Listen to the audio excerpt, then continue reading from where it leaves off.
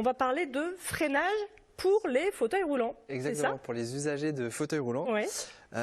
Donc je vais vous parler de la société Epure qui a créé un système de frein qui s'appelle Drift.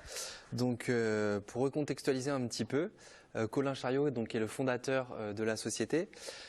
Qui était alors, il y a 7 ans de cela, donc ça fait déjà un moment, Oui. étudiant à Compiègne. Il était ingénieur dans le design industriel et il sort de l'école et il se rend compte qu'il y a une personne en fauteuil roulant qui a une difficulté à freiner dans une pente, qu'il voit faire des grands gestes, etc. Et il se dit, bon, il y a un souci, pourquoi il ne freine pas avec plus d'aisance? Il avait un professeur dans son école qui était en fauteuil roulant, donc il va lui poser la question, il lui explique voilà ce qu'il vient de voir, etc. Et effectivement, son professeur lui explique qu'il n'y a pas de système de frein à ce jour. Adapté au fauteuil roulant. Voilà, en fait, on a un système de frein, on va avoir le système, on va dire un petit peu qu'on peut qualifier de frein à main comme sur les voitures, mais il n'y a pas un système de frein à proprement parler. Comme ce qui existe sur les vélos finalement, où on peut freiner progressivement. Exactement. Ouais. En fait, nous, la difficulté pour les usagers de fauteuil roulant, ça va être de freiner avec les mains courantes. Donc, les mains courantes, c'est ce que vous avez sur le côté de la roue, qui est solidaire. Et la difficulté, c'est de devoir freiner en s'appuyant, en faisant une pression dessus. Donc, ça peut vite être une problématique quand vous vous retrouvez dans une descente, parce que, imaginons qu'il pleut. Pour les personnes comme moi qui n'ont pas l'usage des mains, ça peut être dangereux parce qu'on peut glisser sur les mains courantes, on peut avoir des risques de brûlure, forcément parce qu'on doit faire une pression importante. Et pareil, sur le long terme, on peut avoir des troubles musculo-squelettiques, donc c'est-à-dire que si je freine plus d'un côté que d'un autre, je vais être un petit peu tordu, et sur le long terme, je peux me retrouver avec une scoliose ou ce genre de choses. Donc ils ont créé ce système-là.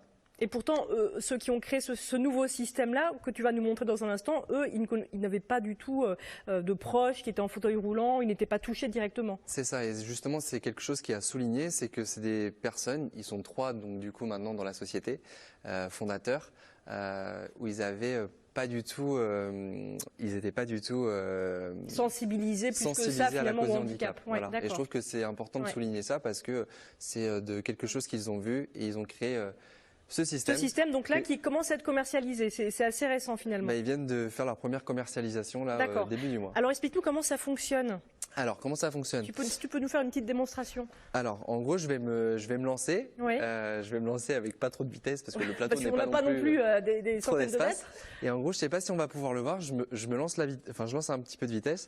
Je viens freiner progressivement avec la main courante et je sais pas si on le voit. Alors je vais peut-être me reculer. Refais-le peut-être pour la caméra. Je sais pas si je suis bien placé. Là je sais pas si vous voyez, il y a un système juste ici. On peut voir en gros que les roues que les jantes sont désolidarisées des freins. En fait, ça et ça, c'est désolidarisé. Exactement. C'est pas scellé. Ouais. Voilà. Et en fait, le système de frein, il est à l'intérieur du moyeu qu'on voit juste ici. Oui. Voilà, c'est à l'intérieur. Et l'avantage, c'est qu'on peut donc se pousser et freiner progressivement. Et la difficulté pour eux, c'était de pouvoir avoir un système où ça vient se bloquer sur le retour pour pouvoir reculer, pour vraiment pouvoir servir de son fauteuil. D'accord. Alors ça semble tellement évident finalement qu'on se dit mais pourquoi, comme toutes les bonnes inventions, pourquoi ça n'a pas été inventé avant? Eux-mêmes ne l'expliquent pas, donc voilà, ils ont voulu créer ce système. Donc là tu t'en sers, c'est effectivement beaucoup plus confortable pour toi? Ça va être beaucoup plus confortable. Moi j'ai moins de difficultés dans les pentes pour freiner. Quand il pleut, etc., c'est moins dangereux, comme je le disais. Et voilà, je pense que ça peut faciliter l'usage au quotidien. Ça coûte combien?